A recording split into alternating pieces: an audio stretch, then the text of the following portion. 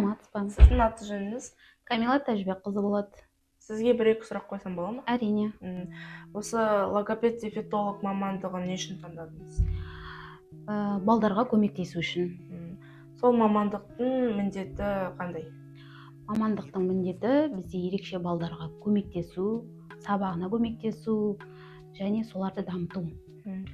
Баламен жұмыс істеу неше уақыт кетеді? Жеке баламен жұмыс жасау 25 минут, топтық жұмыстарға 45 минут кетеді. Логопед-дефектолог болу үшін қандай қасиеттер қажет? Логопед-дефектолог болу үшін шыдамдылық керек, сабырлық керек және балдарды жақсы көру керек. Ата-аналар баласына қалай көмек бере алады? Ата-аналар балдарға көмек бере алады үйде. Бізде логопедке мысалға тілдік жаттығуларына көптеген нелер істейді. Массажный ковриктер жасауға болады үйде. Қарапайым күнделікті бәріміздің үйімізде бар, барлық жерде бар мына баклажкалардың қақпақтары.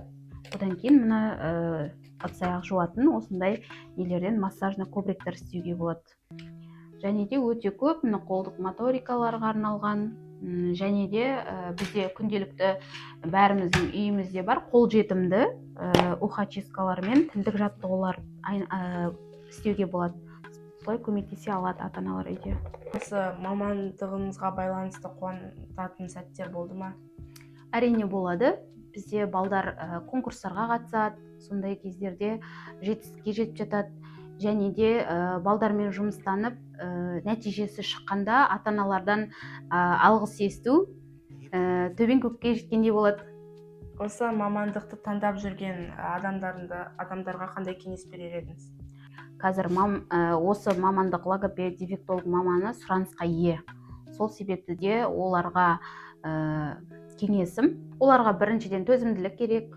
Балдарды ең бірінші балдарды жақсы көру керек. Рахмет, көп сұраққа жауап бергеніңіз үшін. Сау болыңыз.